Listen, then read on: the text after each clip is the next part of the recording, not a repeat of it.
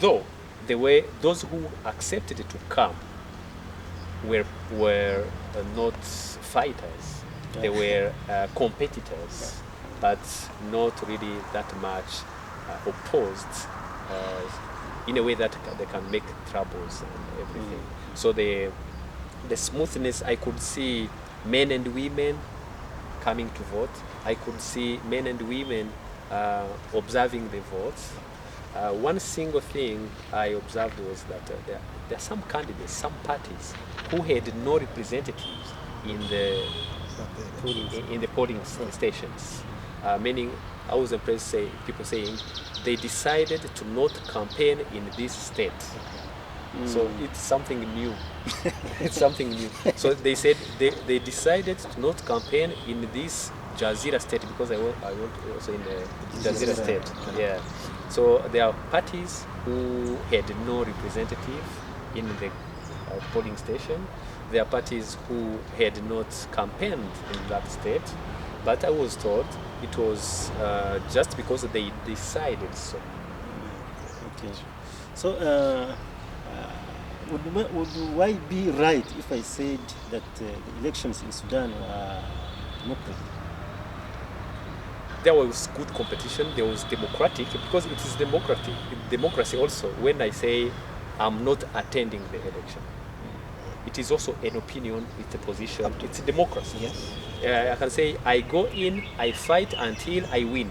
It's democracy. You go to the competition, you lose or you win, or you have a certain percentage. So I think it was democratic because people said those who didn't want to attend the elections did so, and the election went on.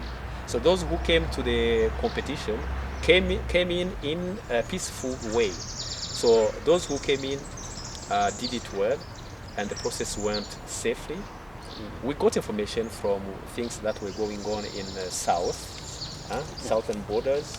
It was delayed for 2 days because of some security problems, but that were also resolved at one time.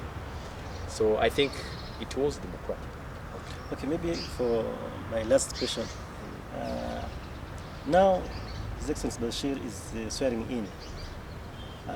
But in simple words, what do you think would be the message from Rwandan community to Sudanese community? Again, when I respond to such questions, I start with comparing the communities, the Rwandan community in the Rwandan context. Sudan was holding elections in a period where there was those kind of dispute. And I also admired the decision by the Sudanese government to not postpone the elections and keep the country in a constitutional pace. Because you can postpone, and tomorrow you will postpone, and the day later you will postpone. So the decision to not postpone and hold elections was a good decision for me. And from Rwanda, we had elections in 2003, 9 years after the genocide.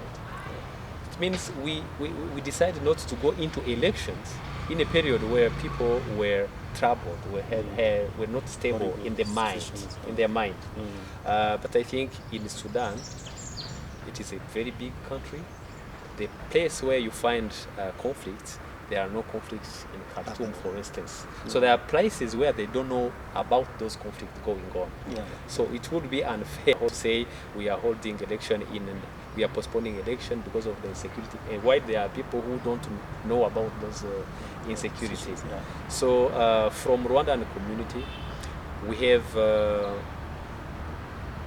we went through a reconstruction process with ups and downs, and we have stabilized. In Rwanda, I can say there are things that have already stabilized, and those are things that can inspire the Sudanese community among African countries.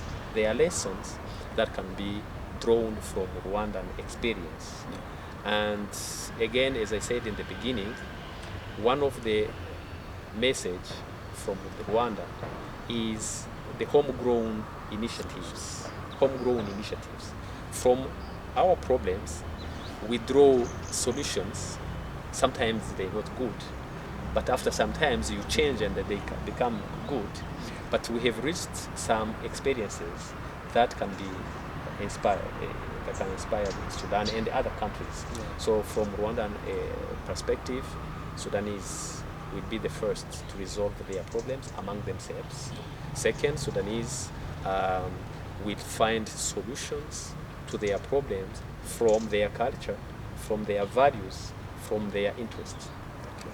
Thank you for these compliments, and we Thank wish you. to welcome you next time if we do. It was a pleasure, and I think the pleasure will remain. Okay, thank you. Thank you so much.